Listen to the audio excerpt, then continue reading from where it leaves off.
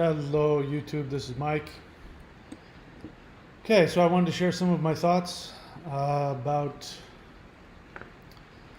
the stigma associated with borderline personality disorder.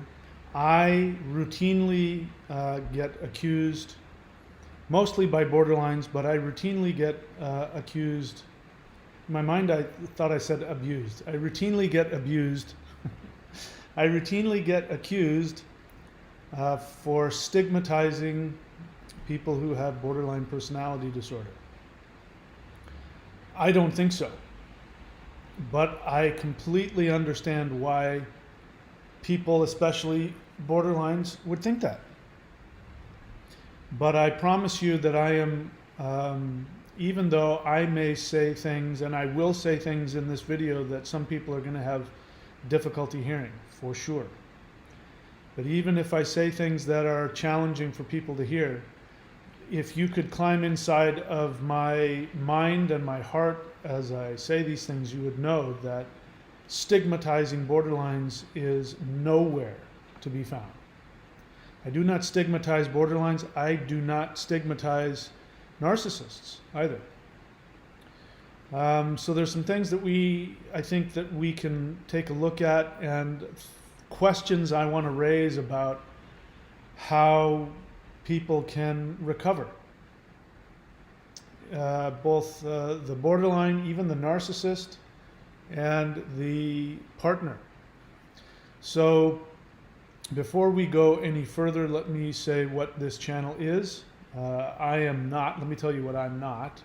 I am not a mental health professional. I am not a psychologist. I am not a psychiatrist.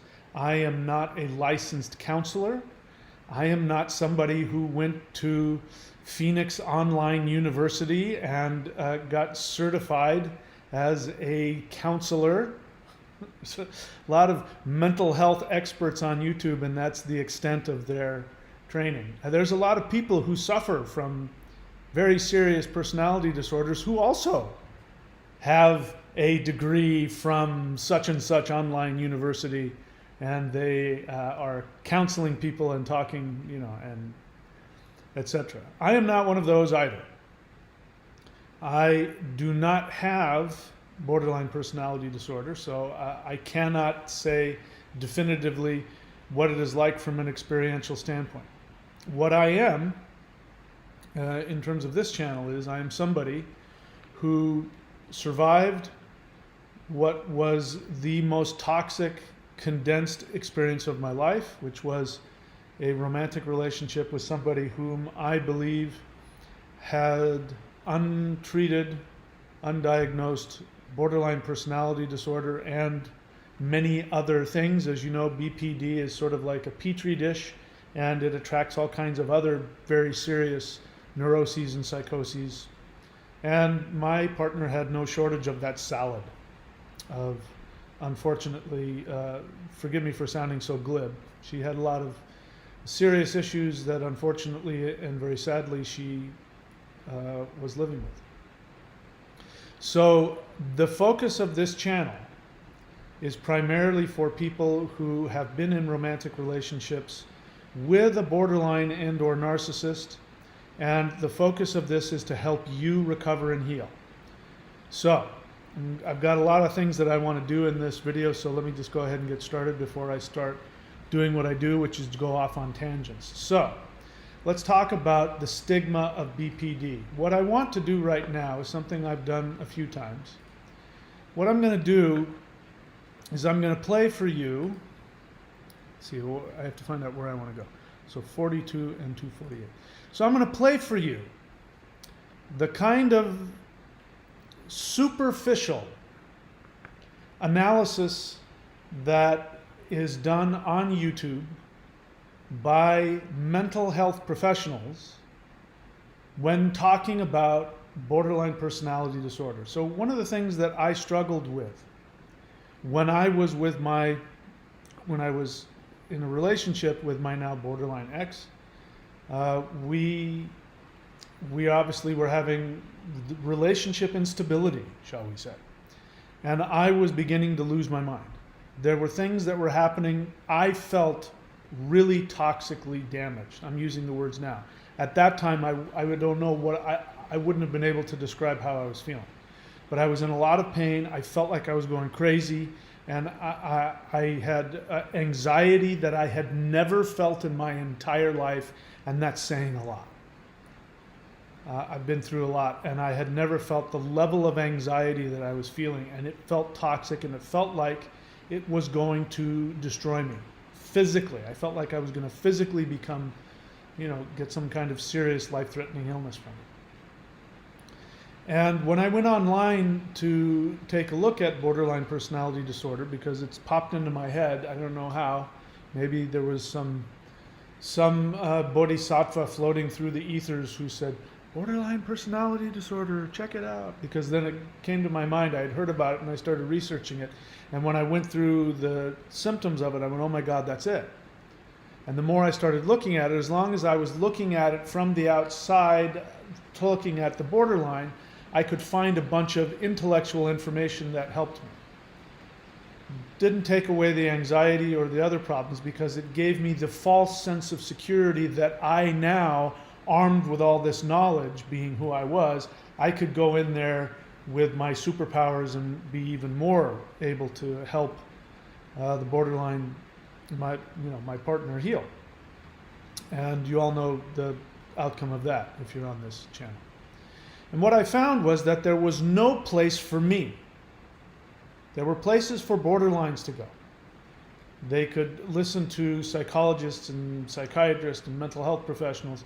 There were no shortage of channels for borderlines talking about what it's like to have BPD and they're recovering from it.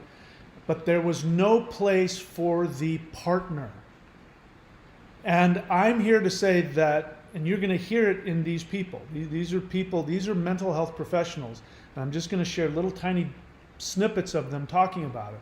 But you're going to hear from them, at the very least, a very superficial understanding that dating or being in a romantic relationship with a borderline is challenging.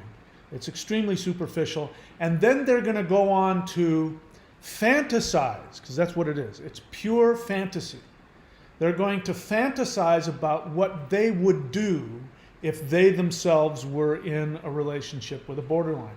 And it sounds good on paper. And unless you've been there, because trust me, if there's one person in this universe who would be able to fix a relationship, it would be me. It sounds grandiose, but it's true. If there's one person that can do it, it could be me. If I couldn't do it, nobody can do it unless the borderline themselves wants it to happen. If that isn't the case, nobody in the world is going to be able to do it. I'm also going to, I'll put it in here now, I'm going to put a link in here from one of Sam Vaknin's videos. It's his most recent one. And the second half, when he talks about borderline self-states. Now, why is my chat not coming up? I have to refresh the page here. So listen to that. I want to repeat him word for word because it absolutely reflected my experience. But I'll leave that for you to watch that. It's the second half. We're going to be talking about it here. I'm going to be sharing my experience. It's about facades, or what Vaknin calls self-states. It's brilliant. It will help you understand why you haven't been able to make things work with your borderline. So, where was I? So we're going to listen to these experts. I'm not here to badmouth anybody, so that's why I'm not showing you their face. I'm not going to give you the link. These are people who are psychologists who deal with all kinds of things. It's sort of like Dr. Phil. These are like Dr. Phil. I don't know. I could be wrong, but that's the feeling I got. We're talking with a female and a male, Dr. Phil. They know about them. They've read up on them. I think I treated a couple borderlines once or twice, and they're going to hypothesize about how we can get rid of the stigma of BPD. So let's just go ahead and listen. I'll turn my volume all the way up. Okay, it's up so that you can hear. So here we go. Let me So you don't have to watch me stare blankly at you. Let me put up something for you to look at so you don't have to just look at my face as I stare blankly at the screen. Or watch me scroll through things trying to find, okay, well, here we go.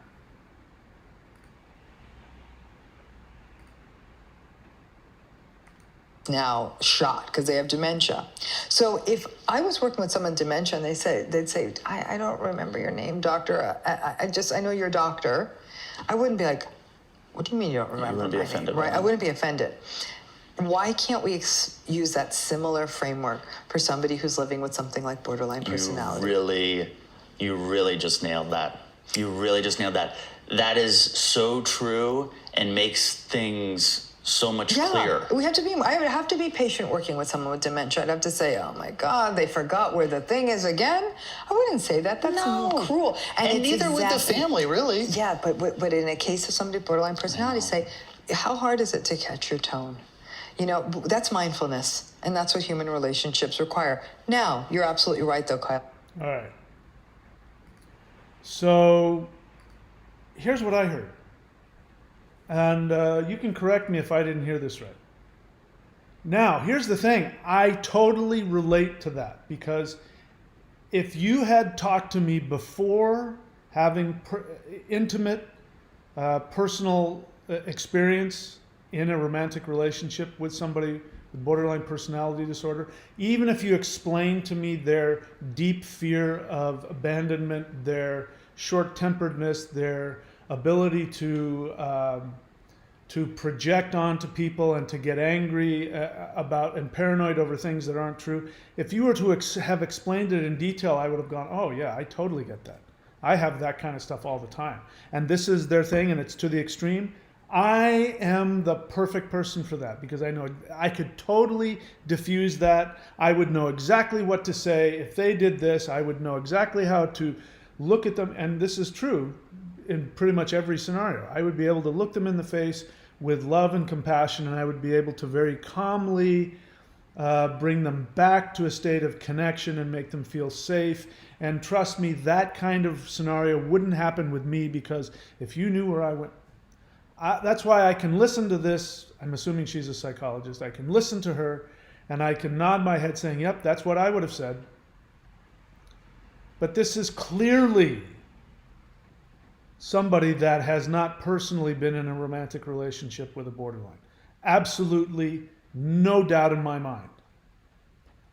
To be able to say that in such a cavalier way, that all one has to do with a borderline is, when they are triggered, is to just simply catch your own tone, as though that's all it is, that they're misunderstanding you because there was something in the tone of your voice. As long as you can catch your tone and be mindful of how you interact. In other words, she's saying, you know, you have to accept this person exactly as they are, which I'm in full agreement with. And as long as you do that, hey, you know, it'll all work out.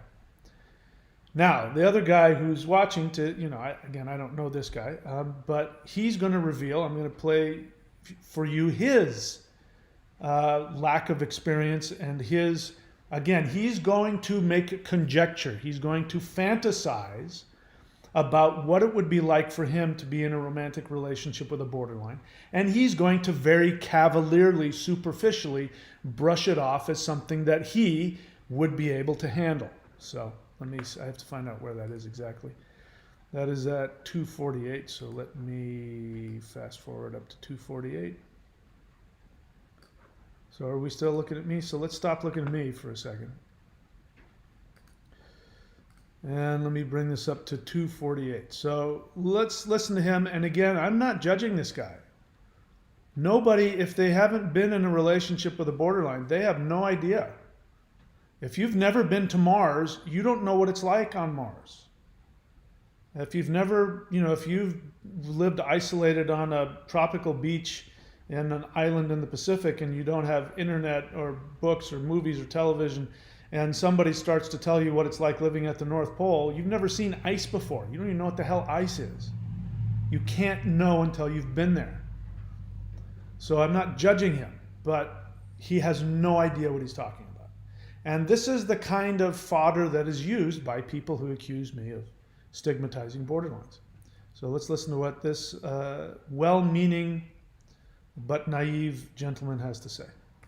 Like if I had a spouse who had BPD or someone in my family did, I would need to look at it that way in order to do a good job supporting them. So if they're lashing out at me, I can say, this is the BPD monster or whatever. Yes. I don't want to stigmatize it, but this is the BPD talking. This isn't Carol. And Carol's great. But this BPD sometimes is tough for me to handle. And for people living with borderline personality, they'll say it too. They'll, even as they're going through the abandonment crisis, they'll say, oh, here I go again. But it feels real to them. Right. It feels so real to them. They're not doing.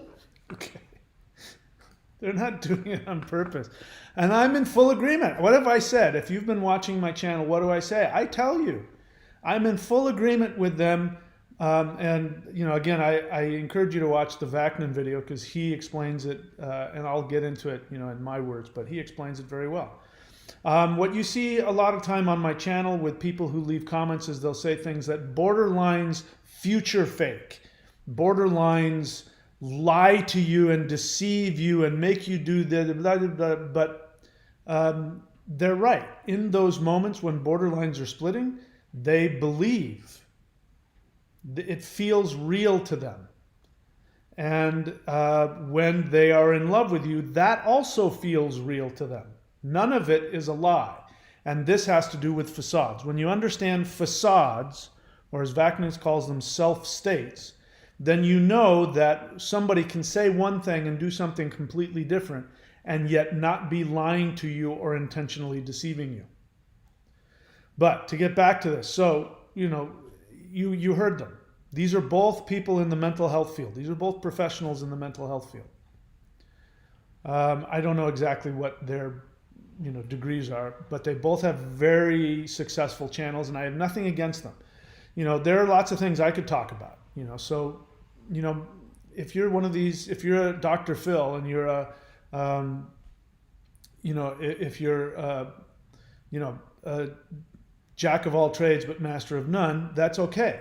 There's nothing wrong with that. But these are clearly two people who have never been in a romantic relationship with a borderline, clearly. Because if you think that you're going to be in a relationship with an untreated, undiagnosed borderline, and they might even be diagnosed and treated, that's not a guarantee either.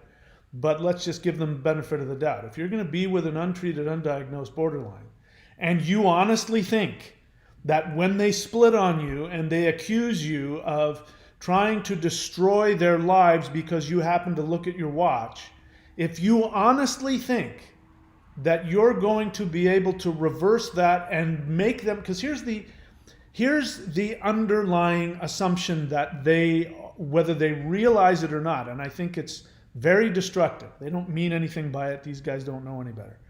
But it's incredibly destructive because the assumption that is being given to you is that as long as you are patient and understanding of the borderline will be okay. They will stop. They will calm down. They won't be as intense. If they just need somebody to love and support them. And as long as you can do that, whenever the borderline is splitting, you go, oh, I'm with somebody who's got this very serious mental illness where they get very paranoid and afraid of abandonment. And the thing is that everybody listening to me, if you've been in that, you already know that. You already did that. You did that better than both of these two could ever have fantasized about how to do it. Because the other assumption is, hey, I'm a therapist, and so I understand this, and if I could just help the layperson understand how to be loving and compassionate and patient, you know, then everything would be all right. You know, the family just has to learn how to, you know, they can't help it. They don't know. Yeah, but the underlying assumption is that these people are not absolutely, completely destroying your entire world and chewing up your insides in the process. And even hearing myself say that, if I was myself, you know, 2 years ago, I would have been, oh, that sounds really negative, Mike. No, you go do it, and then tell me what it feels like. You go experience it, and then talk to me about it. So let's talk about stigma. Stigma is when you say somebody is bad. When you stigmatize somebody because of their race or because of their if somebody were to come in and say, yes, I'm applying for this job, and I don't know why they would need to, but they say, I have borderline personality disorder, that would be stigmatizing if you said, oh, I can't give you the job. Because some borderlines are perfectly capable of holding down jobs. A lot aren't. There's a whole spectrum. Some of them can, but some of them don't. So that could be stigmatizing in and of itself. But is it stigmatizing of me to say the things that I say about if you're in a relationship with a borderline, and I'm assuming you're not happy, because if you weren't, you wouldn't be on my channel. If you're having a lot of these same feelings, there's only one thing for you to do. You got to get out. You got to go no contact. You got to work those 12 steps with a sponsor, and then sponsor somebody else. Get a therapist, and then do some daily meditation. Otherwise, the damage that has been done to you could continue to fester and get worse. You never get over this. And I'm not the only one saying this. There are experts that'll tell you one of the lasting results of being in a relationship with a borderline or a narcissist is that many people never get over it. They never learn how to trust again. They never learn how to get over, not be triggered. And that many people leave these relationships and they then exhibit borderline tendencies for the rest of their lives. So this is no joke. We're not dealing with just grandma, and grandma has dementia now and she doesn't remember things and she gets a little cranky because she doesn't remember things. And don't get me wrong, that's no fun to deal with either, but to compare that with borderlines reacting, and all that you would need to do in order to avoid the stigma is just be patient and loving and kind. These people do not understand. I don't think they understand what borderline personality disorder is. I think they may have an intellectual understanding. I don't think they understand it. I believe that I understand it, even though I don't have it. I believe that I understand it, which is why I am not stigmatizing you borderlines when I tell you the things that I tell you. And by the way, if you're a borderline, there's going to be some things I'm going to say later that might be triggering. So if you are afraid I'm going to say something that's going to trigger you, then stop watching now. Because I believe there are some things that, again, I am not in mental health field. I am not a mental health professional. I have no interest in doing that. So even though I talk like this, it doesn't mean I'm going to go and get my, I'm too old to do that anyway. I'm not going to go get my PhD and start a revolution in how to treat borderlines and narcissists. But there definitely has to be a revolution in the way that we talk about empathy. Because that's what we're talking about here.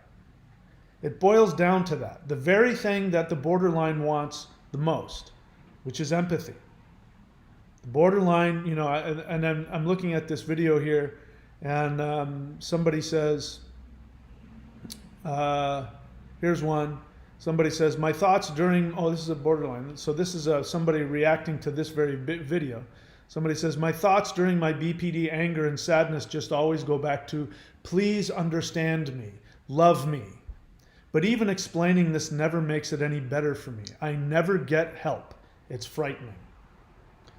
Here's another one. I'm sobbing. I'm a 52-year-old borderline. This is the first time I have felt any compassion. What do you hear in both of those comments? Their experience of their feeling. I would love to go and find all of the people in this 52-year-old person borderline's life. And I would love to find all of the people that have been close to this, it looks like a woman, and say, did you ever have any compassion? There's no doubt in my mind there would be people who would begin to sob saying, all I did was give her compassion, and nothing was ever good enough. She remembers nothing of my compassion and only remembers that it turns me into something I wasn't. The two things that we're dealing with is a self-referential experience of my feelings. And if your feelings are the problem, meaning you have feelings that are not in alignment with objective reality, therein lies your problem. So we have to walk this fine line in recovery. And I don't know how borderlines do it. I assume that DBT teaches them how to do it, because I hear DBT works extremely well. I've come to believe that there are borderlines, if they practice this, can have functional romantic relationships. I've seen, I've done enough research to see that seems, I don't know it from personal experience, but it seems like that may be the case. So I can only assume that part of DBT therapy is learning to differentiate between your own emotional experience of yourself and what objective reality teaches, and walking that fine line of not denying your own feelings to yourself, and at the same time being willing to understand that your feelings are inaccurate and that your actions are inappropriate. I've had to do that. I'm not a borderline, but I've had to do that. There have been no shortage of times in my life, and I'm sure you're all scratching your heads with wonderment. Oh my God, he's like that? Of course, you could probably see that in my character already. But there's been no shortage of times in my life where I've gotten my feelings hurt. Not just by people I've been with romantically, but other people. And I have launched into, how they need to do this, and they did that to me, and they need to change that. And they'll say, Mike, I apologized a half hour ago. I'll say, you did? Yeah. I don't remember that. No, I apologized. You're right. So I know what that's like. I don't know what it's like to be a borderline, but I know that borderline tendency. So I get that. So what I've had to do is I have had to learn that just because I'm having an intense feeling, that does not necessarily equate to that is objectively what's happening. That doesn't mean, I'll give you another example. I just went to go get some takeout. There's a takeout place I like here. And they have these great spring rolls. Now, I'm a very plain eater. I don't like sauces of any kind. Any kind of sauce, I don't like it. I just want to eat my spring rolls just the way they are. I don't want anything on them. And so there's very nice Japanese woman, the owner of the place. She's very sweet, very nice. She comes out because, I'm a regular customer. She brings it to me. And I say, oh, hang on, let me give this to you. I'm not going to use this. I don't want to waste it. Now, had I been smart, I would have told myself, don't do that, because she got very offended. She got her feelings hurt. She said, oh no, we make this in-house. It's very good sauce. And I said, oh, I know. I don't like that. And she was very visibly hurt and shaken by that. I could see that. And I hopefully I'll be able to repair that damage. And I can't stop thinking about it. It's bugging the crap out of me.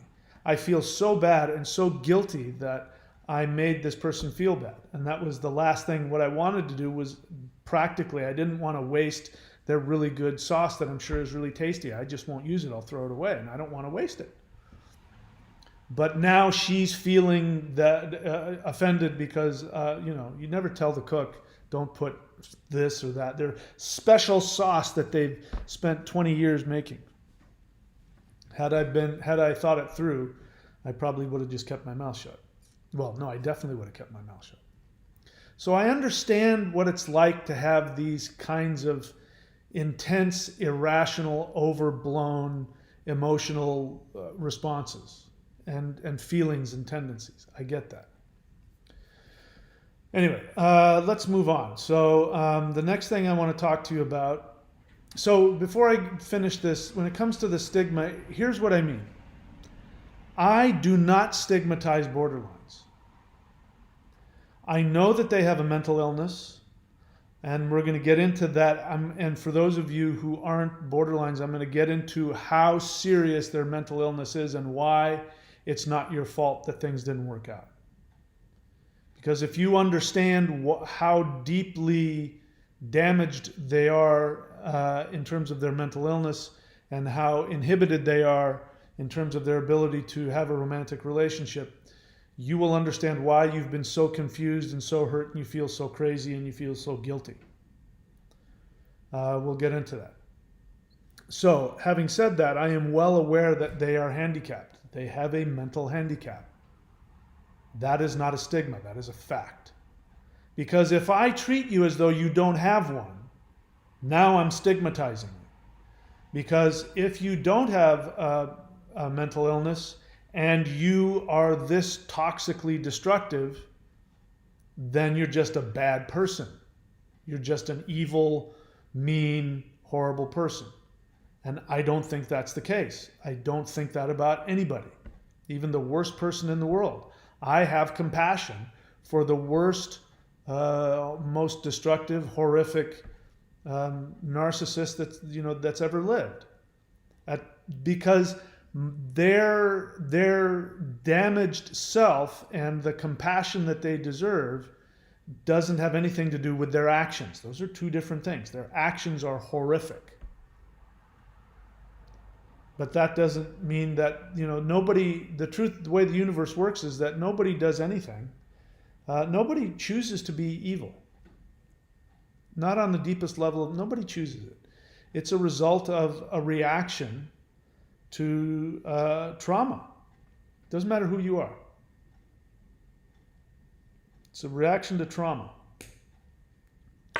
So I believe that everybody can, here's the thing, I believe everybody can heal. I believe every narcissist, every borderline, name it. As long as if we're not talking about somebody who has an actual brain problem, like, somebody who has dementia, for example, and they're 90 years old, there's a good chance they're not going to recover. Let's just say goodbye to them and wish them all the best. Somebody's born with a mental retardation, there's only so far they're going to be able to go mentally. Let's not pretend that limitation doesn't exist. Borderlines have issues with their actual physical brain, we know that, but they're not idiots.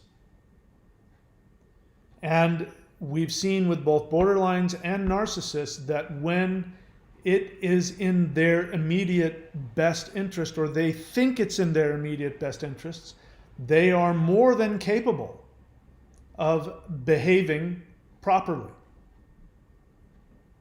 So they have the ability. And for me to do what these two well-meaning people have just done, which is number one, they don't know what the hell they're talking about because they haven't experienced it. And number two, they are looking down on the borderline as being not that smart.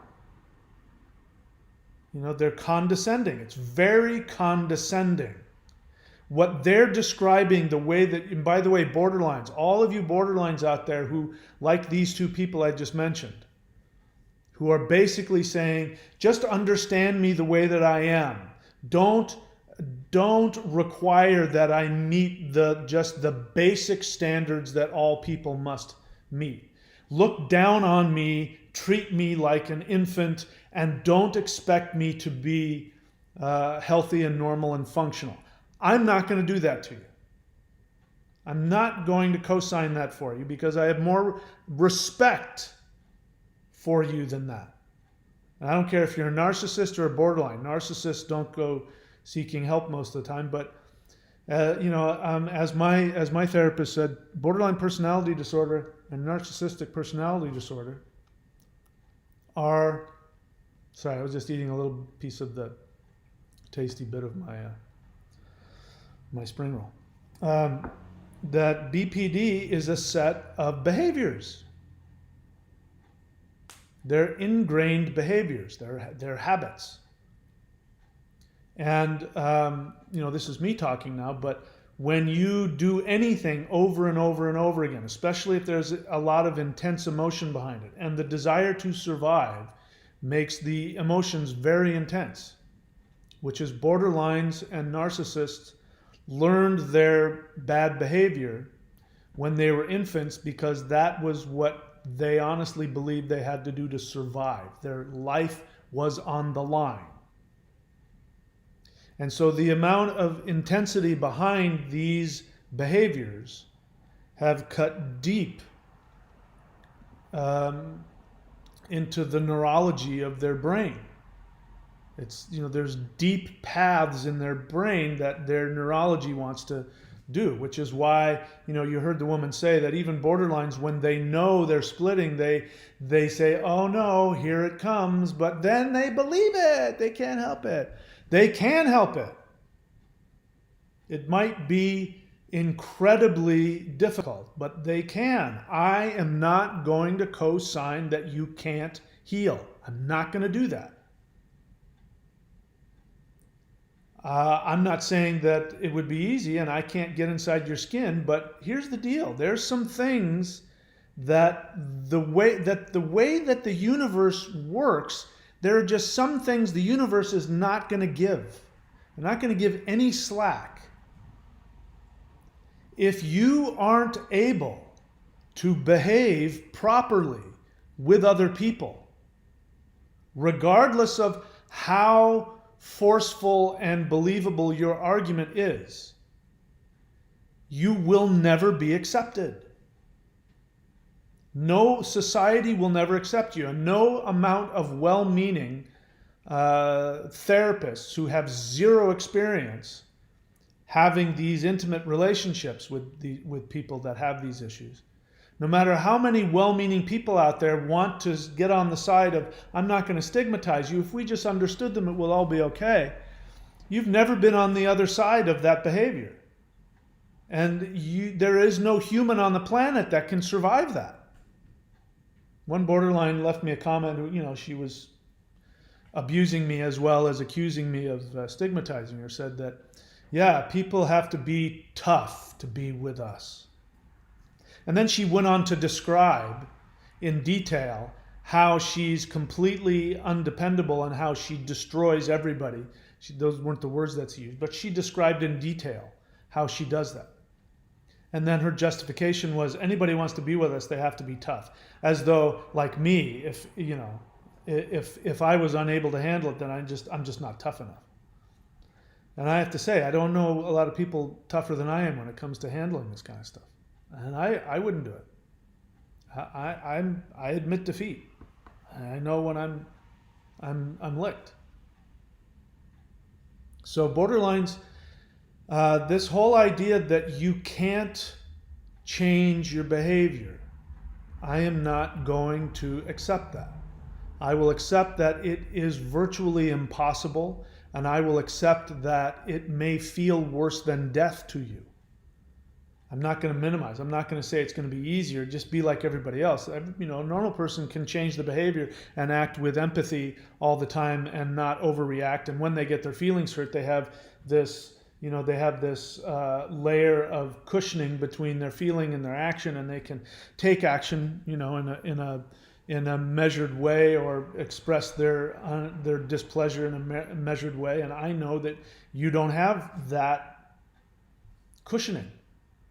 I know because I also have very little cushioning because of my 12-step issue. I have almost no cushioning between me and objective reality. No, like I said, just something as silly as, I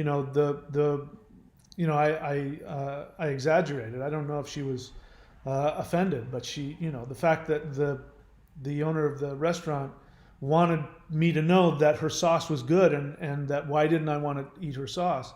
A lot of people just wouldn't think twice about it. It's just that's just the restaurant. I can give a crap about them. It's my food. I'm going to eat the way that I want. But I'm taking it home and I'm ruminating on, oh my God, I must have hurt her feelings. I have almost no, I have almost no protection between me and the rest of the world. But so fucking what? That's not everybody else's problem. The whole world is not required to completely change themselves just to make me comfortable. That's not the world's job. It's my job to become evolved and to become mature and to be able to fit in with society. That's my job. And if I don't like that, then I can be miserable. So borderlines, I'm never going to give you that. I'm never going to cut you that slack.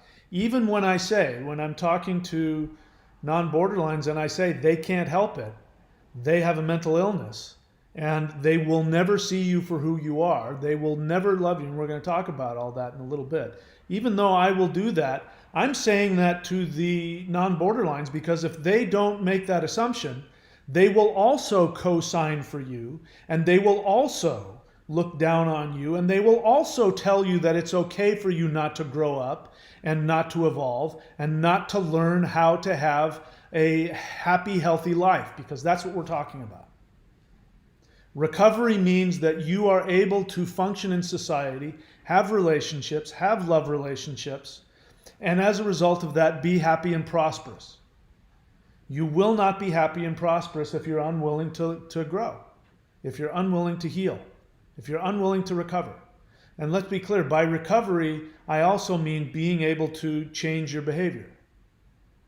If you're not able or willing to do that, there is no amount of compassion in the universe that will prevent you from the discomfort and the pain that is coming for you.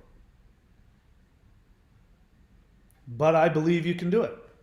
And I think the problem lies in this topic of empathy. And I think that the psychological community is doing people a disservice because this becomes the hub around whether or not somebody is able to act with empathy. Because we say narcissists, the difference between the narcissist and the borderline, which by the way is nonsense, the difference between a narcissist and the borderline is that narcissists have no empathy. Borderlines have empathy, unless they're splitting, of course. But none of that is true.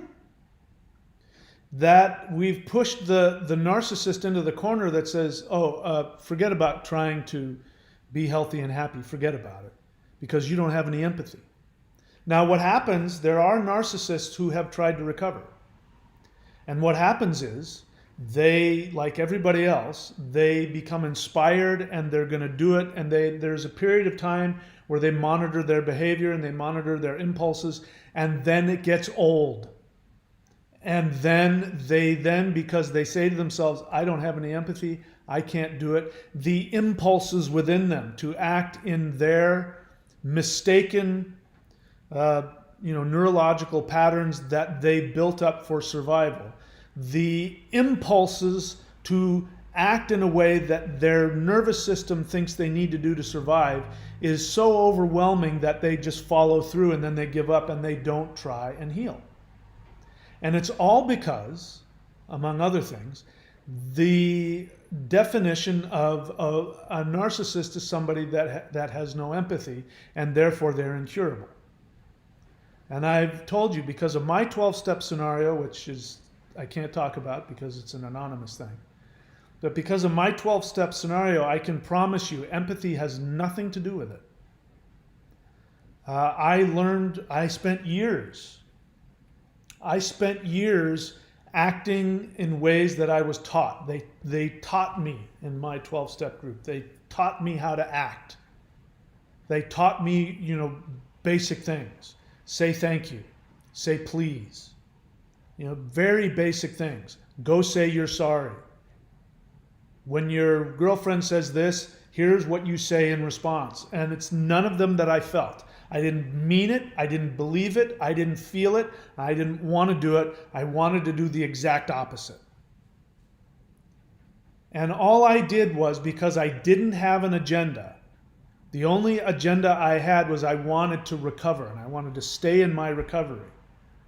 I had no other agenda than my own survival, and they were telling me, if to survive, you have to do the opposite of what you think you're supposed to do. So do these things. And I started doing it.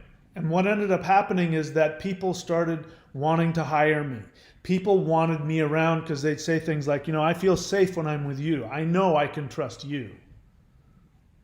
Women would say, I like being around you because I know with you, I can trust you. You won't do anything. I'm like, well, if you could climb inside my head, you'd have a whole different experience about that. But I just did what I was told. I acted appropriately regardless of how I felt, and I had zero empathy. But what I did have, which narcissists don't have and which borderlines don't have, and codependents don't have also, I have to say. What I did have was the knowledge that if I don't act like this, I'm going to die. And I don't want to die. So I'm going to do all these things that I don't like doing and I don't understand and that feel like they're killing me because I don't want to die. So if borderlines and narcissists can be educated to understand that acting in these ways, if there's some way that somebody can help them understand that your behavior is what matters, your empathy is meaningless, and your happiness and et cetera, is dependent on you doing these things that you don't want to do without any emotional attachment, meaning without any agenda, meaning that you do it selflessly. Selflessly doesn't mean that your tears are flowing out of your the holes in your eyeballs because you want to be the most loving, like many of the, us as codependents. It means that you're not manipulating somebody for your own ends. You're just doing it for the sake of doing it. Another thing that I was taught to do was do something good for somebody every day, but you can't let them know you're doing it. That teaches you how to act selflessly. And borderlines and narcissists are perfectly capable of doing that. They're not mentally retarded. They have the ability. It's just whether or not there's enough understanding or motivation within them to make that choice. And the sad part is that they've been shortchanged by their upbringing. Their parents screwed them so badly that they don't have even the basis of an identity to push off from. Everybody else who acts without agenda has an identity. They push off from it. People call it my integrity. And people will say, the only thing I have is my word. People who say that are people who have an identity. Borderlines and narcissists don't have that. That's why they can break their word and it means nothing to them. All right, so now let's talk about facades. All right, so was I on my high horse enough on that one? I'm not stigmatizing you, borderlines. You are perfectly capable of changing your behavior. And when I share what it's like, and when I share the horrific pain that people suffer, that is not an attack on you. That just happens to be the fact. You don't have to feel guilty about it. That is your choice. You don't have any control over my feelings, and you don't have any control over your feelings. So this idea of, again, I'm sobbing, I'm a 52-year-old borderline, this is the first time I've felt any compassion. First off, that's totally false. I don't believe that for a second. She just doesn't remember. But there's been heaps of compassion given to her. She just doesn't remember. And the other person that says, my thoughts during my BPD anger and sadness always go back to please just understand me, please love me. But even explaining this never makes it any better for me. You know what I mean? It's like those, you don't have any control over those feelings. So stop trying to get that fixed. Stop trying to get that one giant dose of compassion that's going to finally make you go, ah. Stop looking for that one bit of love or that one helping of understanding that makes you feel like, okay, finally somebody sees me.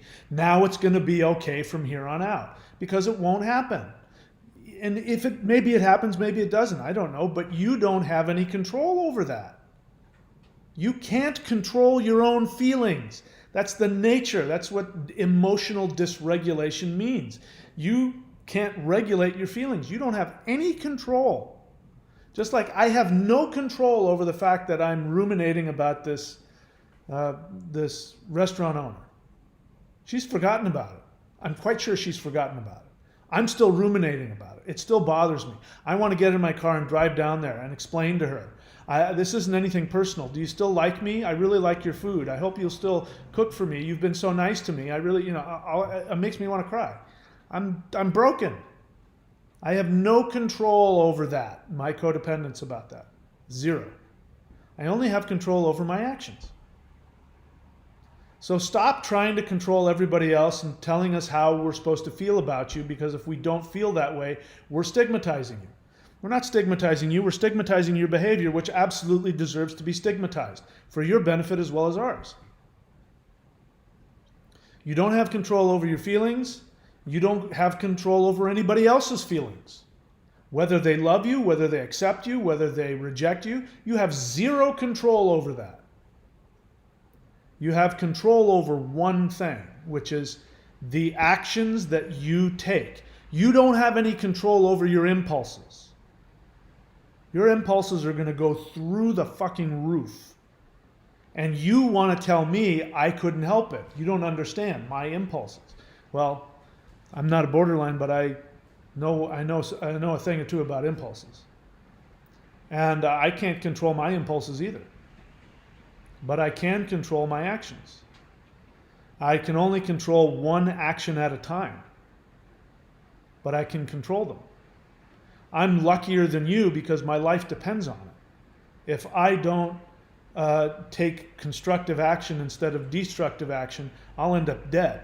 And I'll probably take people with me. So you're not going to get me to believe that for half a second.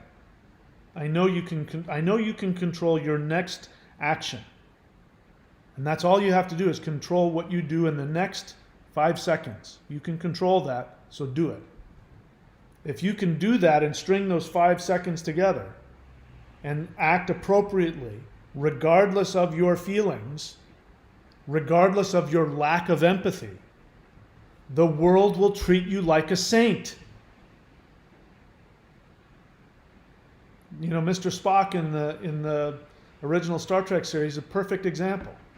He's all about, he says, I don't have any empathy for anybody. I don't care about anybody. This isn't emotional. I don't have any emotional attachment to you or anything. This is about what's good for everybody else. I live selflessly. He's the ultimate codependent. All right, so let's move on. All right, so now let's talk about what Vaknin calls self-states, facades. I want to repeat verbatim what he said. I'm not going to do that. I'm not going to play his thing. He's got his own channel. He hasn't given me permission to play his videos, and I'm not going to ask for it.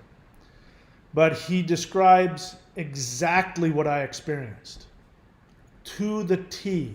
Exactly what I experienced with my borderline. So remember that borderline personality disorder is a form of narcissistic personality disorder. The stigma around NPD is what pisses off everybody. Borderlines get bent out of shape when they hear that. They want to say, no, I'm not a narcissist. It is the same issue. It's whatever the nuances are, it's a different expression for whatever reason, but it's the same issue. There's no self. There's no identity. And there's no identity because very, very tragically, the trauma that they experienced, they weren't allowed. Now, let me be clear. There is a possibility, because I've seen it, there is a possibility that somebody can be in a loving home and end up with borderline personality disorder. But in the instance that I personally witnessed, because I talked to somebody who's whose adopted sister, at the age of 2 months? It was something like that. It was like months. The infant had only been alive for months. I think it was 2 months. And that infant, all they knew is that that infant had been discarded. Makes me want to cry talking about it. The infant had been discarded. They had been abandoned. And so this family wanted to adopt a baby, so this baby's been abandoned, we'll love it. And they did. They poured love on it.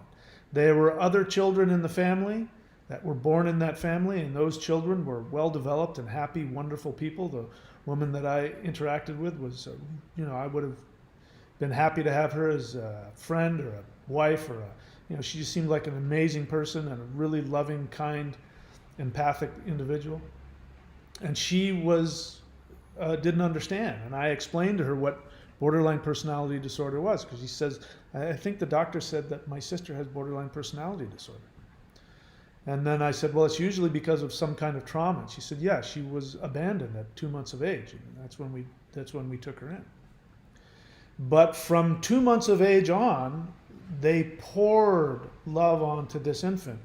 And this infant matured and has borderline personality disorder, and is very toxic and destructive with her family and her friends, and everybody's scratching their head. So it is possible. But more than likely, the trauma is going to come from the parents. Trauma can be in multiple ways. The trauma can be what it sounds like, somebody being abandoned, left on the street corner. That's horrific for an infant. My God, that's horrible. It can be, it stops me in my tracks. It's hard for me to keep talking after that. It's such a horrible feeling to me. And I'll tell you why I think that is, because when I was an infant, I was born early. And I was born at least 6 weeks, maybe 2 months early. I almost died. The doctor said he's going to die. He's not going to live the night. And I don't know how long the first part of my life was that I spent in an incubator. Back in 1963, I don't know what they do now, but they did not love and touch little premature infants. You sat in a fish tank and they pumped oxygen into you. I obviously don't remember that, but whenever I see that, when I'm watching the news and I see like a premature baby, my whole body goes into convulsions. I can't tolerate it. I have to turn the channel. I can't stand it. I can't stand to listen to infants cry. I can't stand it.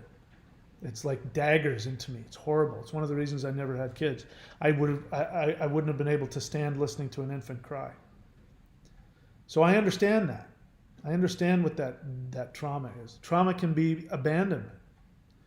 The trauma can be what it sounds like, being abused, being physically abused, being shamed, being yelled at, all those horrible things. And it can be when you spoil a child, when you give a child everything it wants all the time. It is abusive. It turns people into narcissists. In order to become an individual, you must learn how to be soothed when you're disappointed. And that is something that a parent does. A parent first does that by loving you through your pain as you're an infant, and then when you go through toddlerhood, when it's appropriate, they start to slowly give you boundaries, which means that you will become disappointed. But because you were treated the way you were treated as an infant, healthy, you can self-soothe. And then you know that your feelings are okay. If those things don't happen, you end up being a narcissist, a borderline, or a severe codependent. So you're somewhere in there. Most of you watching me are somewhere in there. And so there are people that say, you shouldn't say this about that because my parents were good and, my sister's a borderline and you should, and I say, I bet you if I sit down and talk with you for a while, we're going to find out something.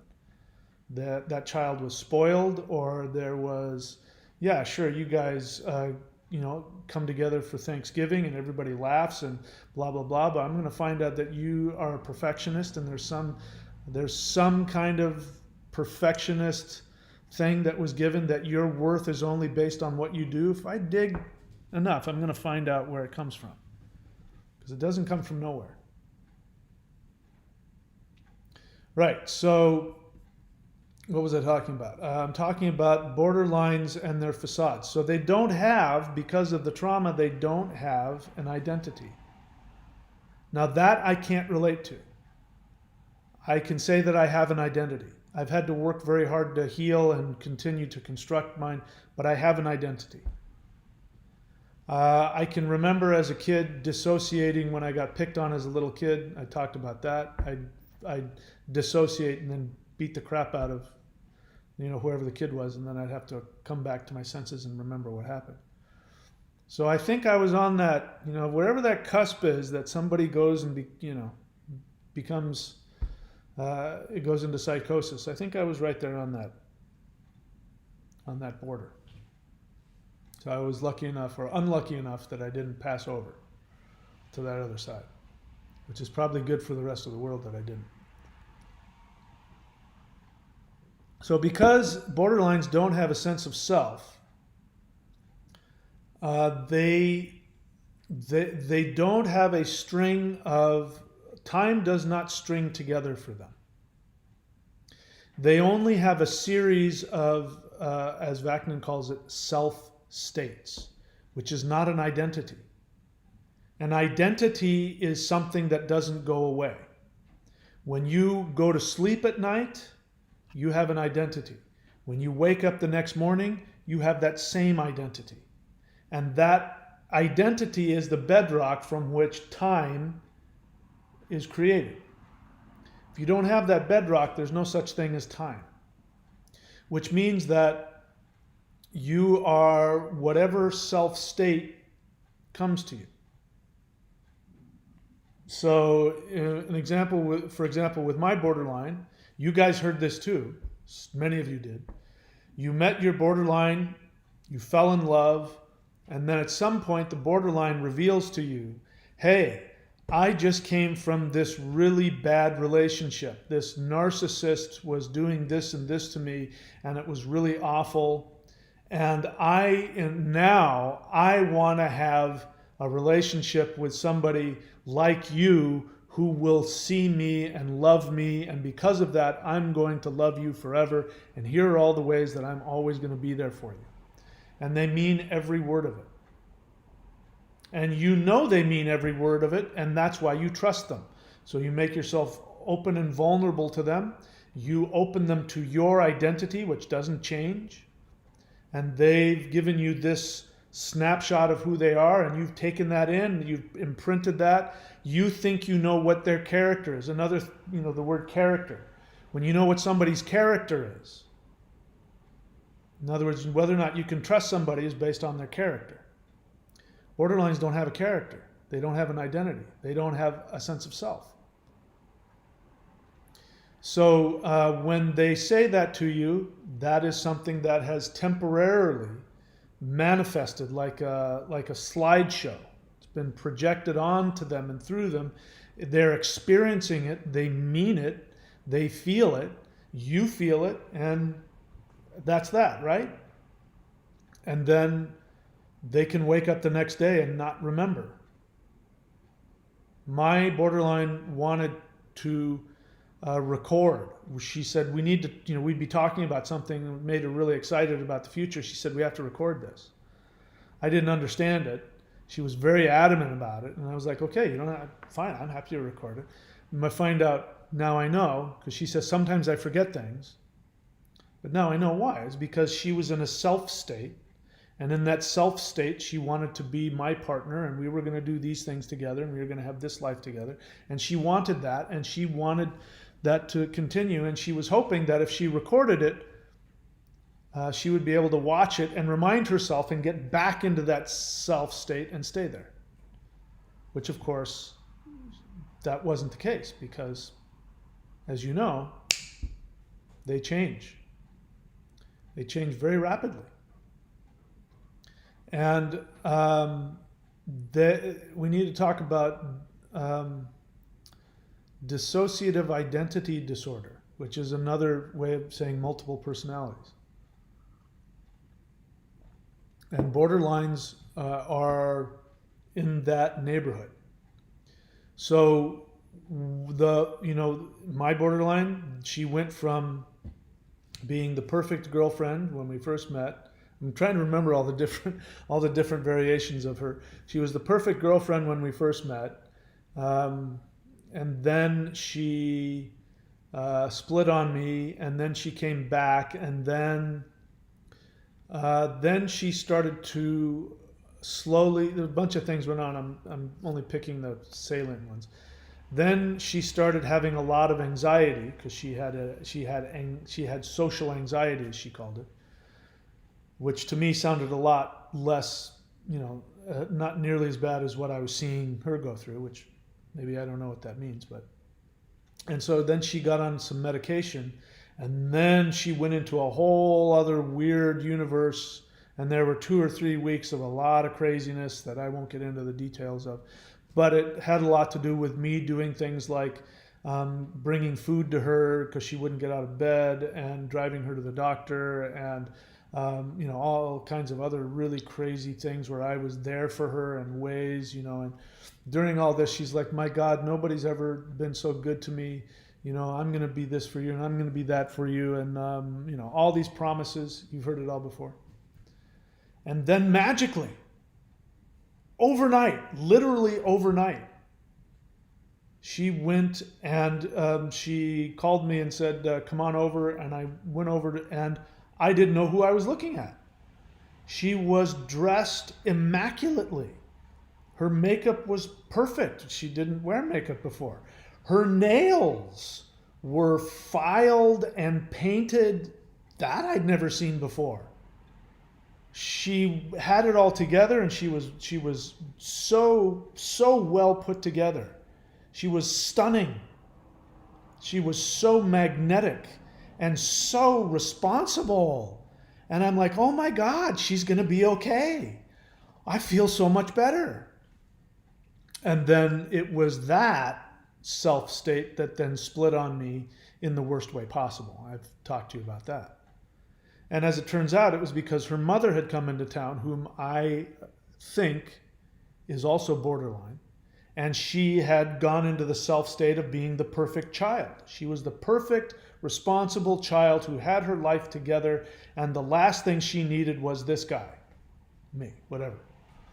And so she confabulated something that I said, which I didn't say, and I can't have anything to do with you, you're the blah, blah, blah. And then after that, 2 weeks after that, her mom leaves and goes back to wherever mom came from. And I call her up and I say, I need closure. And I go over and see her, and that perfect individual is gone now. And we're back to this extremely dysfunctional person who's not bathing and is in bed all day and isn't, filing her nails and and doesn't remember who I am. As I'm sitting there, do you remember on Christmas Eve when you said this? She said, Christmas Eve? I can't remember that far back. It was only a couple weeks ago. I can't do this. She has no idea. And I'm looking at her and she's looking back and there's nobody home. She doesn't recognize me. She's looking at me with fear, like I can see that she does not remember me. She was actually in between self states. Her mom had just left and that self state fell apart, and she was in between whichever next one she was going to create in order to survive. So when those of you who are dating these borderlines and you think that they're lying to you, that they're future faking, that they are planning out your demise from the moment, and it's interesting because that's what they're accusing you of, but that you think that they've planned out your demise from the beginning, that they know exactly what they're doing, they don't. So they aren't doing that, and you're not crazy. That really did happen. They really did completely switch from one person to another and blamed you for it. And you didn't deserve that. And it's not normal. We're not talking about, borderlines, in case you're feeling personally attacked, if you're still with me so far. We're not talking about people who are flighty, or people who are flaky, or, somebody who just changes, is very changeable. We're not talking about that. That's a whole different thing. There's plenty of people out there that are like that. They want to do one thing one day, they change their mind, they want to do something else. They love you one day, then they get bored and they don't love you anymore. Borderlines don't have a corner on that. But those people are superficial. The non-borderlines who act like that are usually immature, selfish, superficial, but they're not, they still have an identity. So when it happens, it's painful and it hurts, but we can see the logic behind it, and it doesn't make us confused.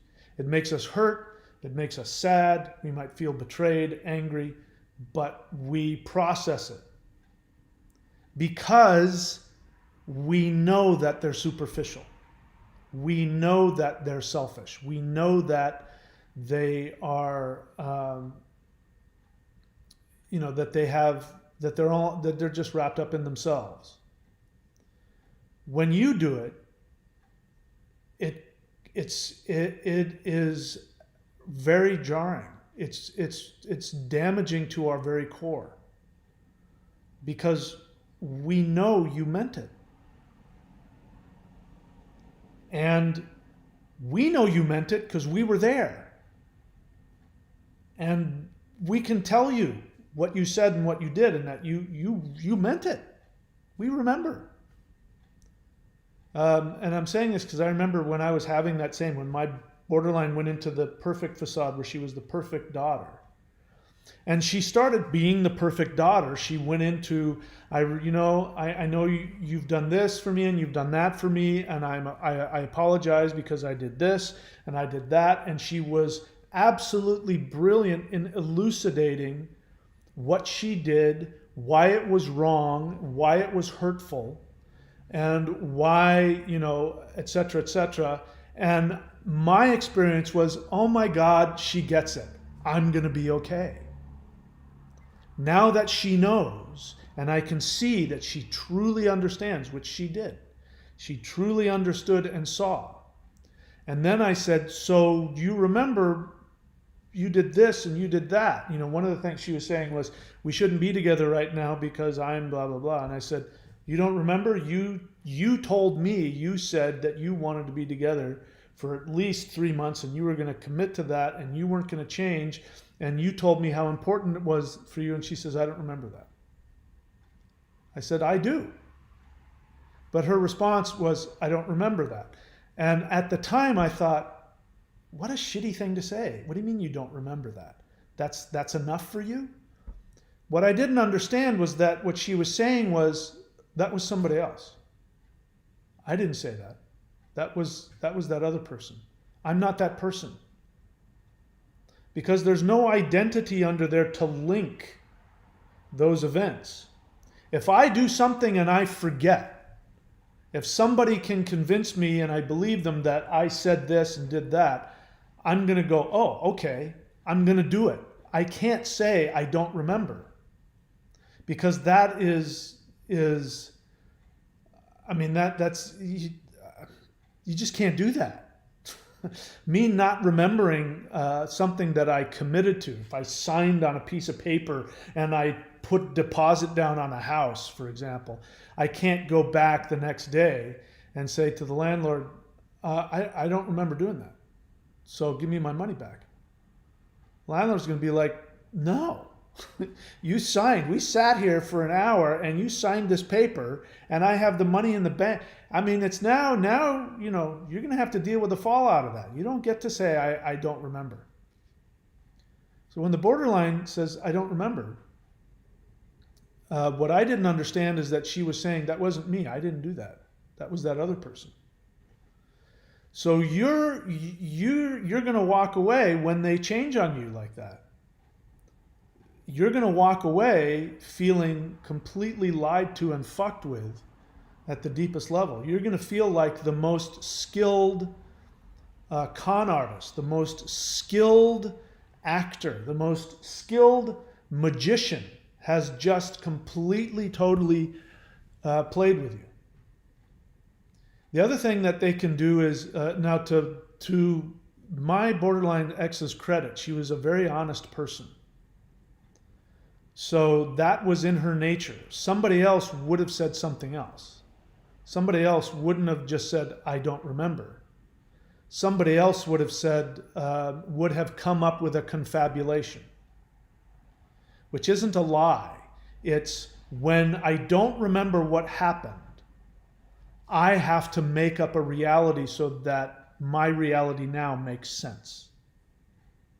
So somebody else could come up with a reason. Yeah, I said that, but at the time I was sitting on an anthill and there was a ton of ants that had gone inside my brain and told me that something else was going on. I couldn't help myself. Yes, I said that, but what was really going on was, when in reality they don't have any memory whatsoever what happened. They create a reality and then they splice it in there so that they can feel like they have some reality going on. If you can understand that, then you can understand that there was no way your relationship was ever going to work no matter how hard you tried. And you can understand that they didn't do it to you. They didn't seek you out and said, I am going to lie and manipulate and completely destroy this person from the inside out. Even though that's exactly what happened. All right? So those are just a couple of things that I thought was interesting that I would share with you. I'm happy to take questions. I haven't even seen if there's people on here. If you want to leave a question, I'm happy to answer it. But let's see what else.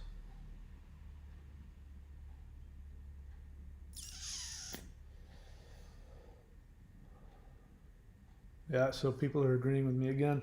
So arrow in a nutshell, there's two things that I really like. If there's a lot of people, it's hard to see the question. I don't want to do what I just did, which is scroll through. So do me a favor, when you have a question, write the word question in all caps so that I can see it easily. I don't want to miss your question, otherwise I can't see it, okay? So you say, question, what about removing, for example, some tweets they did before and saying they never did it, even though I've print screens? Don't they know they're lying? Well, I just answered that question. They're not lying. So you have to understand that they have a mental illness. And a mental illness means that they dissociate. And so whoever it was that tweeted, that was a different person than the person you're talking to today. I'm not saying that they don't lie, because they do. But they lie for that reason. They're not connected to, they know that somebody that looks like them and has their name did that. They might even have an intellectual vague memory of somebody doing that. But they don't identify with that because they don't have an identity. At the moment, they are fully identified with whatever facade or self-state they're in. But the moment that that self-state changes, their connection to it goes away. You don't understand that because you have an identity. So for you to tweet something and then say you never did it, you would have to be lying. And what you want to say, here's the problem. Here's your insanity. This is your codependent insanity. And I'll explain why you need to believe this. You say, don't they know they are lying? Not remembering and lying are two different things. So why do you, this is a question for you to meditate on, why do you have the need for her to not forget? Why do you have that need so strongly that it's more important for you to think that she's lying than the fact that she actually forgot? And I'll tell you why. Because what you want more than anything is you want her to love you. You have a deep need for her love. You have a stronger need for her love than is normal. So the intensity of your need for her love feels like if she doesn't love you, it's going to kill you. That's your issue with your own identity. And so when she says, I didn't do it, or I don't remember it, but that wasn't me, I didn't do it, you can't believe her, because if you believe what she says, the only conclusion is that she's not home. And the person that you're in love with is not going to be there in another 12 hours. Somebody else is going to be there. That the person you think you love doesn't exist the way you want them to. You can't tolerate that because you believe that your survival depends on this person loving you.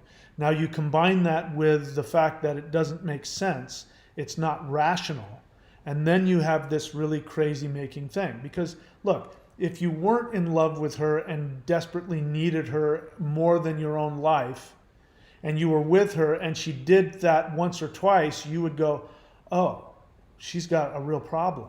I can't depend on her. Well, I'll be friends with her, but I'm not going to be romantically, connected to her because she obviously is, she's not all there. You didn't do that. You said, doesn't she know that she's lying? She lied to me. She definitely, in fact, not only that, I know that she knows exactly what she did, and she lied to me, because if you don't see it that way, it means that you can never have her. So you would much rather see her as an evil person who chooses to lie and chooses to harm you, because then that means that she can choose to love you and never do it again. If she consciously lied to you, then she can consciously not lie to you, and then she'll give you what you want. So this is why you're asking me what should be kind of a dumb question, which is, she said she didn't do it. I printed it out and showed it to her, and even then she said she didn't do it. Why is she lying to me like that? Well, the obvious question is, first off, the other one is, if she did lie to you, that's the other one. Let's say you're right. She did it on purpose and she lied to you. Why would you want to be with somebody that would lie to you that horribly? But you do. So there's no way that this scenario doesn't come out pointing fingers at you. Like you're the one chasing after nonsense. You're the one choosing to chase after ridiculousness. Why, it's nobody's fault. All of the information that reality is giving you is this woman is either incapable or unwilling to give you what you want. Time to move on. Why aren't you doing that? All right, so Charlie Big Potatoes. I'm offended by you. Don't take it personally. I understand. But what I find offensive is put them all on an island together. You fall into the same category. You're a damaged victim mentality codependent who's not taking responsibility for what they want. And you're not taking responsibility for the obvious, which is that these are people who are mentally, have a mental illness.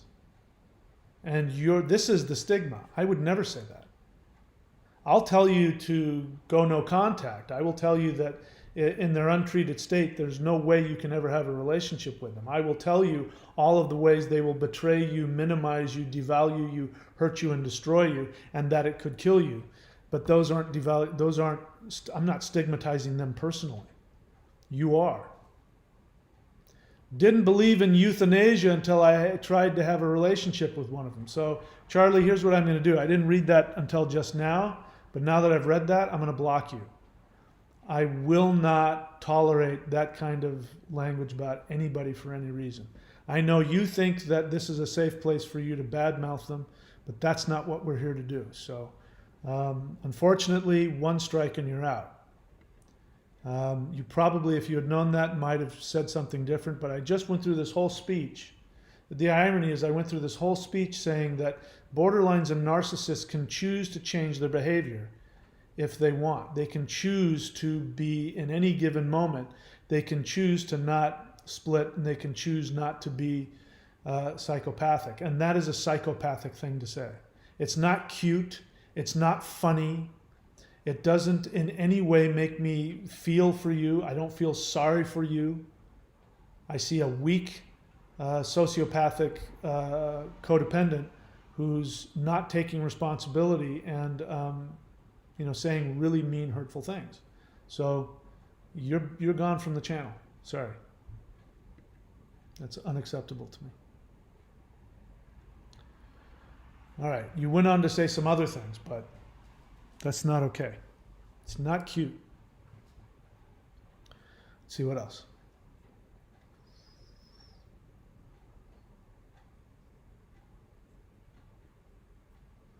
Okay, what else? Mike G, question. Why do they change their minds frequently? So hopefully, did I answer that? Mike G, have you been to a CODA meeting yet? Do you have a sponsor yet? Are you working the 12 steps yet? I'm going to harass you until you do it. Why do they change their minds frequently? Because there's nobody home. There's no identity there for their mind to sit on, the mind that you're talking about. It changes because, here's the thing. We all do it, by the way. There's nothing unusual about what borderlines go through. It's the hard drive is missing. So all of the software is there. The emotions come up. They wake up one day, they're inspired to do this. They wake up one day, they want to, all of their feelings are very normal. There just isn't enough infrastructure there for it to take shape in a consistent way. So when they wake up one morning and they meet you down at the beach and you're jogging and your sweat is glistening and you have a cute sparkle in your eye and they're, just coming out of their most recent, either they were with a narcissist that devalued them, or they're just walking away from their poor codependent who didn't know what the hell he was getting himself into. And she sees you and she goes, oh my God, look at how cute he is, and talks to you and sees how cute you are. And she decides you're the one. She means it. Oh my God, this guy, I can finally have what I want with this guy. She didn't change her mind. She had a feeling. And she doesn't know that that feeling is just a feeling. Because she has no identity, that feeling is her entire essence. It's everything. She feels it so intensely. There's nothing else but her feelings. So she's being true to her nature, which is like the weather. Borderlines are like weather events. They change. One thing you know for sure, the weather's going to change. So they're not changing their mind. There's nothing there for, once that feeling and that impulse fades, because they always do, there's nothing left to replace it. So the other one comes up. She's not happy with you now. She doesn't want to be with you, whatever the hell it is. She's not changing her mind, because that phrase, change their mind, is like me, if I were to decide to do this channel, which I did. I decide to do this channel, I go out and I borrow a bunch of money and I get this infrastructure and I buy that and business cards. I've made a decision I'm going to do this. Changing my mind would be the next day waking up going, nah, I don't want to do it. It wouldn't make any sense because I've just invested all of my identity and everything I have into it. And, I'm not going to walk away. I'm not going to change my mind, even though I don't want to do it. The borderline has nothing to invest. In order to invest, you have to have an identity. You invest your identity in a partner. You invest your identity in a relationship. Borderline doesn't have the identity to invest. So it's easy for them to switch it on and off, to love you one day, hate you the next, want to be with you, be bored with you the next. There's no infrastructure to hold it together. So that's why they change their mind. Their mind isn't when you say the word mind, change their mind, the assumption is somebody who puts a ton of energy and effort and themselves into something. And people do change their minds, but usually after they've exhausted. When they've exhausted everything, they go, okay, yeah, I did it for 6 months and I lost that money and I changed my mind, I'm going to do something else. They don't change their mind the next day after they've just gotten a loan and they wake up and they go, what the hell am I doing? I don't want to do this as a business, but I've just put all my money into it. I got it. I can't change my mind now. Borderlines don't have that experience. Luis Alberto Maldonado, question. Do you have experience having a relationship with another codependent? Borderlines are codependents. So are narcissists. So are alcoholics and drug addicts and gambling addicts. All of that is codependent. So do you mean, do I have experience having a relationship with somebody else who played the role of the codependent of a borderline or a narcissist? My question to you is, why do you want to ask that? Let's see. You say, I've read in this case, one would end up playing the narcissist. I don't know where you read that. I said that. So if somebody else said it, then I'm in good company. But that's right. A codependent is a codependent. A codependent has to take on the role of, I'm going to hold this together. Codependency is a form of, even though, if you're a codependent, you don't have personality disorder. You're not psychotic or psychopathic, but you are a narcissist. You have narcissism. Your codependence, your need to fix and take care of somebody else, is narcissism. It hasn't gone to the point where you have no identity and you have a personality disorder. But it's just the same, it's coming from the exact same place. Codependents are trying to take somebody hostage. You're trying to make them depend on you to such a degree that they'll never leave you. When you're there, like when I was taking care of my borderline in her 3-week craziness and driving her to this and staying up all night, making sure that she had that and she had this and going and making sure, all of that, although, there's nothing wrong, I'm a loving guy, I would do that for somebody. But it's also true that the dynamic of our relationship was, I hope that this fixes her so that she can finally love me. And that's selfish, that's narcissistic. It's impossible to be a codependent without being narcissistic. So what ends up happening when two codependents come together, they come together for the same reason that a codependent and a borderline come together. For the same reason that a borderline and a narcissist come together. They come together based on their wounds. They don't come together based on their strengths. If you come together with somebody based on your strengths, then you're going to be there for each other. With my partner who passed away, I had a perfect partner. I had still to this day, my soulmate. And we connected on our strengths. And the thought of her being happy made me happy. Just that. I would do whatever the hell it took just to see her smile. That's all I needed. Even if she didn't know where it came from, if I could see her smile, that meant everything to me, my whole life. And same with her. She wanted to see me happy, not because of any other thing other than just to see me happy. And that's what made her happy. She was the one that taught me a lot about just living for myself, making myself happy. If I wanted to make her happy, I had to go out and do things that made me happy that had nothing to do with her. And if I did that and I was happy, she was happy. Those are people connecting on their strengths. People connecting on their weaknesses are, look at how damaged this borderline is, this damaged little kitten. I'm going to save them. I'm going to make them this and that. And when I do, then they will love me forever. Just like the little kitten that I saved that one time when I was 10 years old. It doesn't mean that you don't have true loving feelings, but it means it's at the very least intermixed with this narcissism. So yeah, you get two codependents together. Bear in mind, after you've been a codependent in one of these relationships, all of your energy's been pulled out of you. And so you're going to look for somebody to be there for you. You're going to look for somebody to take care of you.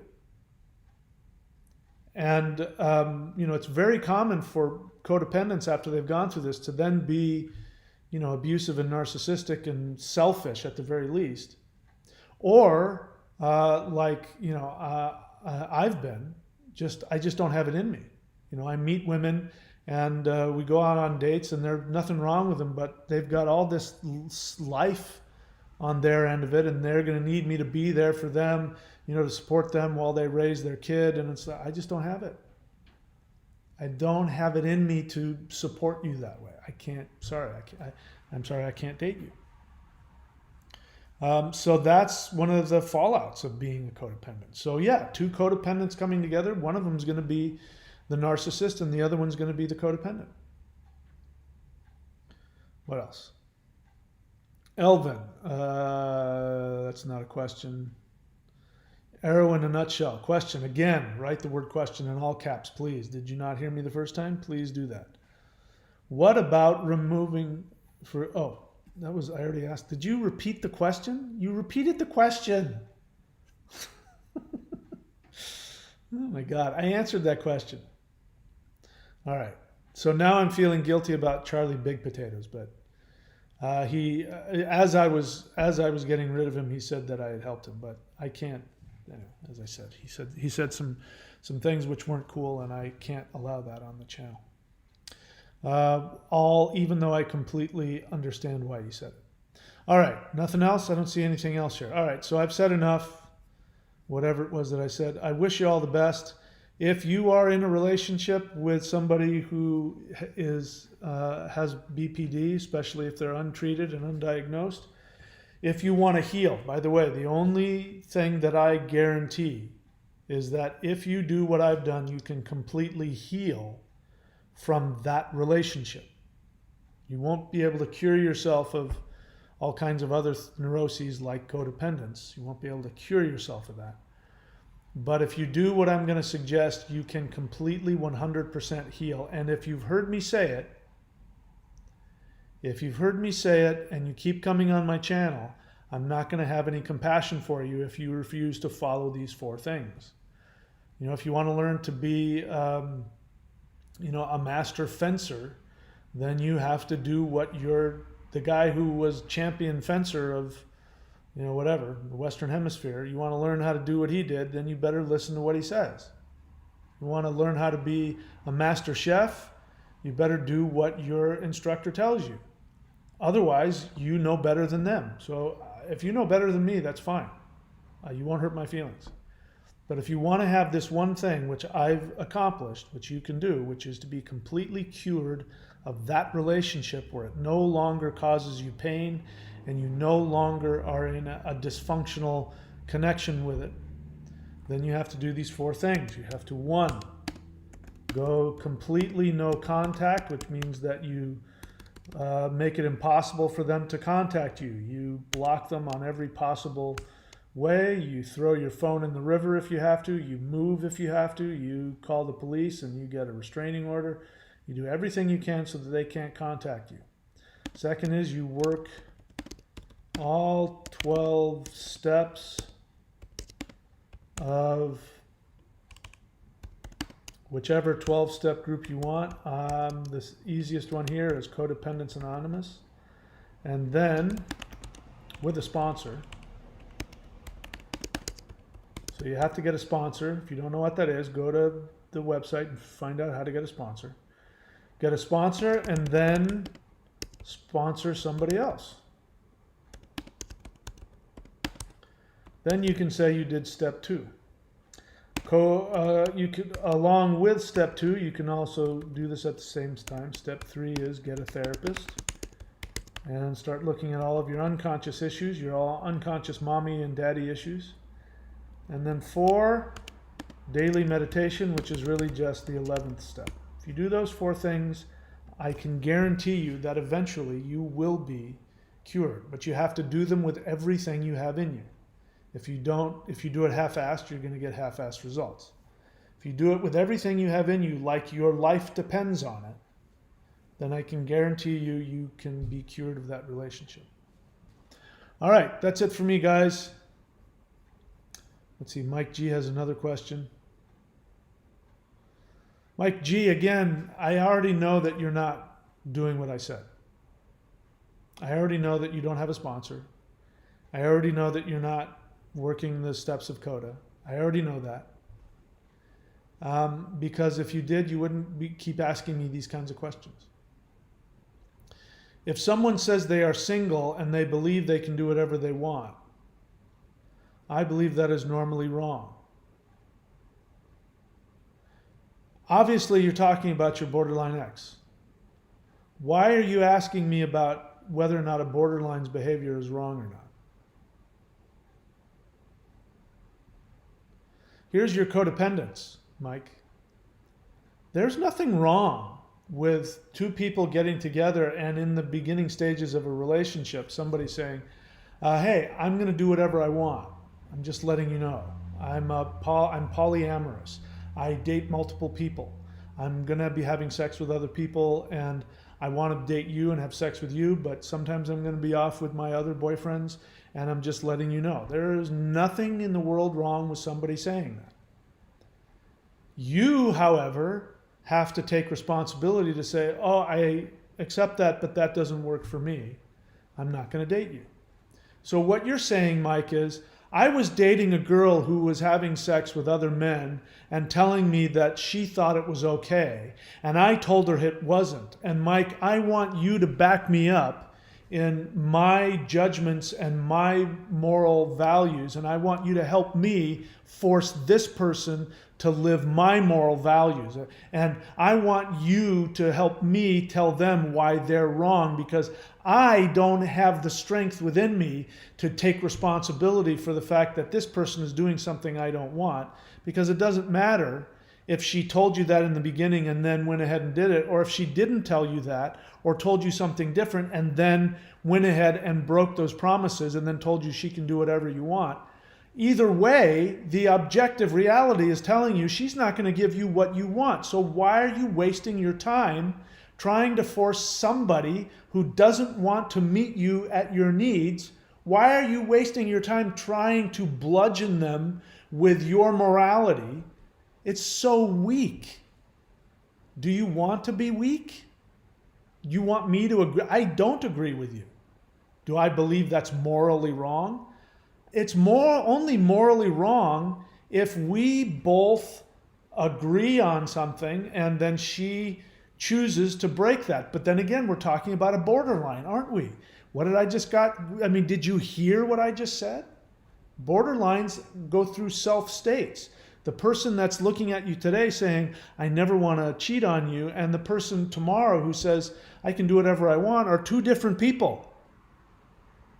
So either way you look at it, you're dating a borderline and you're wanting me to talk about somebody having morality issues who has a mental illness. What the hell's wrong with you, Mike? Mike, I mean, are you hearing me? I'm being harsh with you. Your codependence is chronic. Your codependence has completely taken away your ability to think rationally. It has completely taken away your ability to take responsibility for your own thoughts, feelings, and actions. Because all you've said to me is that you're dating a borderline whose behavior is hurtful, and you want me to sit in judgment of somebody who has a mental illness. I have no compassion for you, Mike. 4 things you need to do what? To heal from the relationship. What have you been talking to me about? The relationship. There's nothing in that that says, hey, Mike, I need your help. I'm having problems with this feeling inside of me. How do I take responsibility? I believe that's morally wrong. Do you agree? What in that says that you're taking any responsibility for your actions? I have no sympathy for you until you actually get up off your ass and you do those 4 things with everything you've got. You will never ask another question like that ever again. I believe you can do it.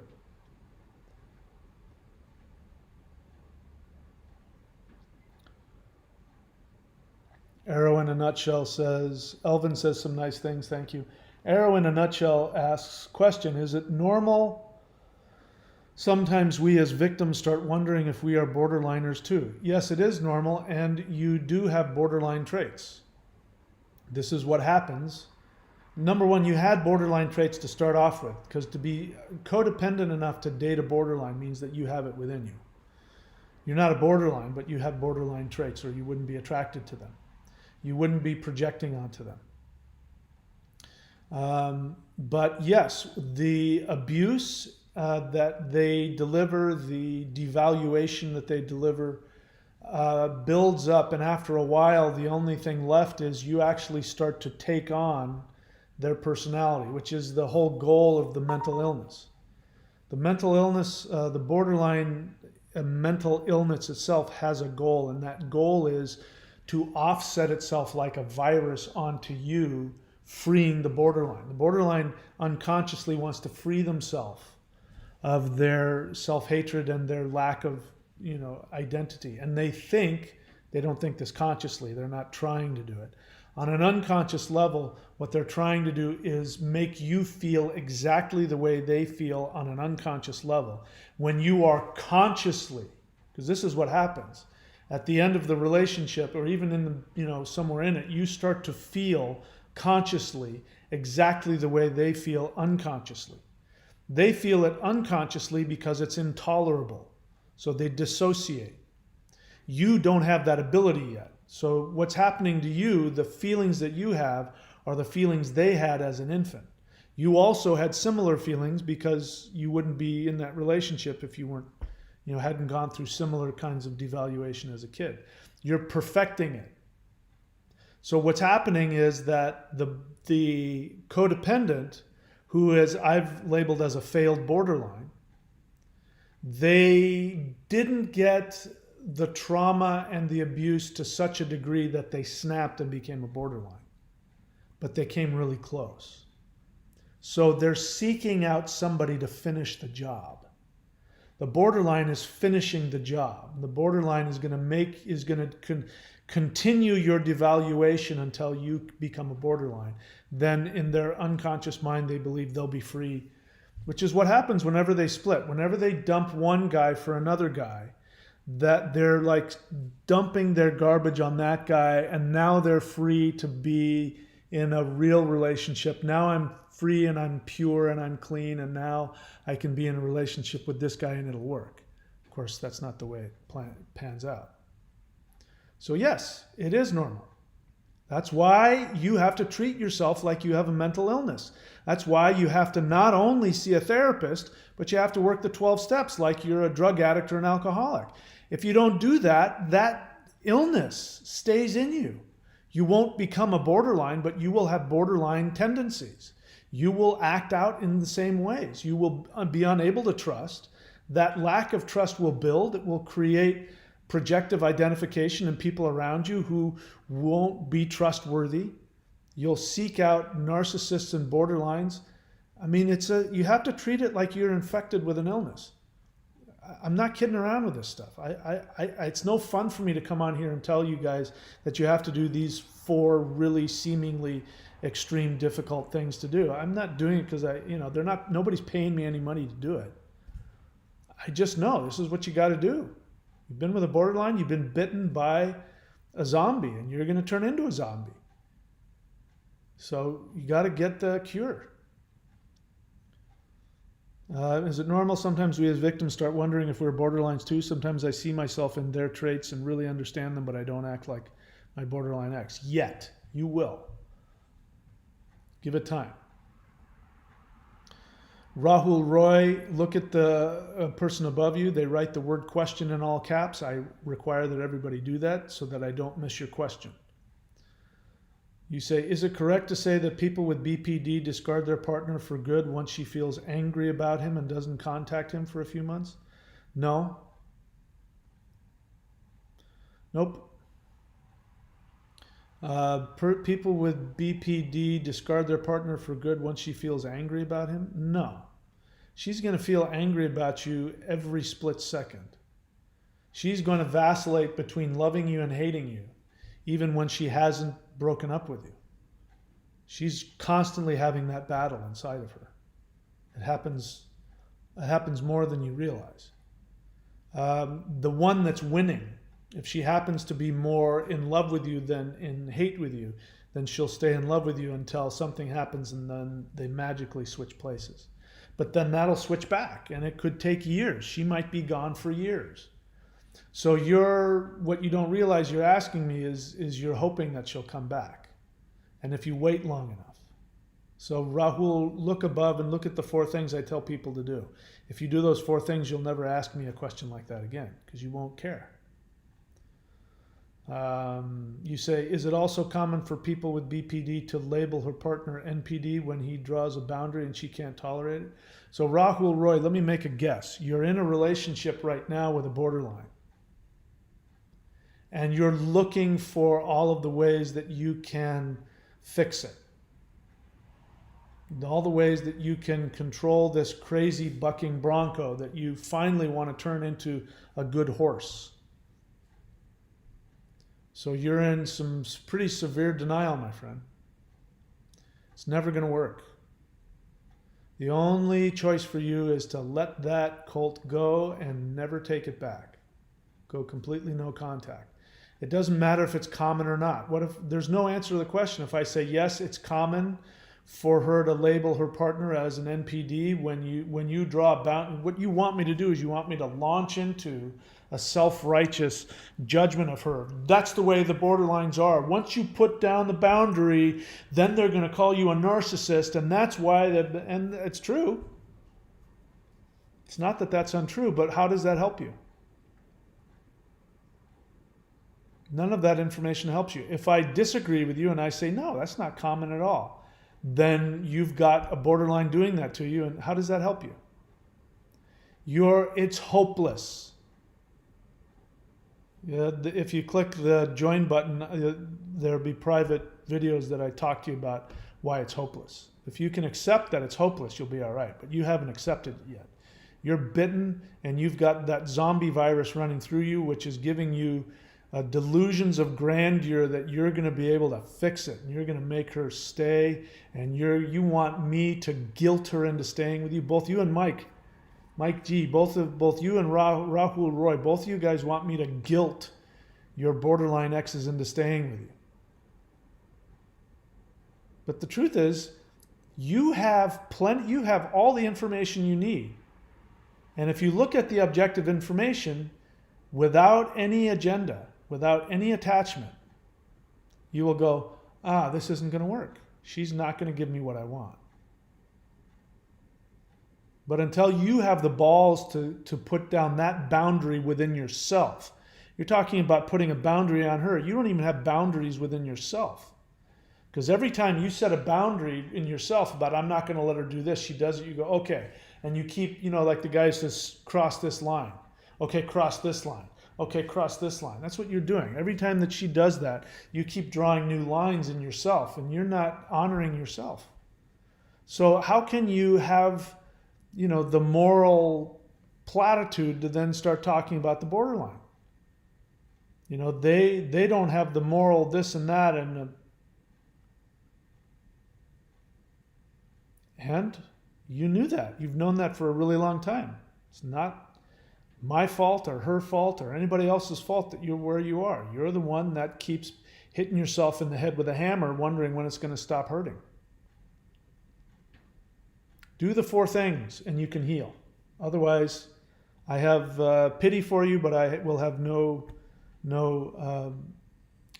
sympathy for you.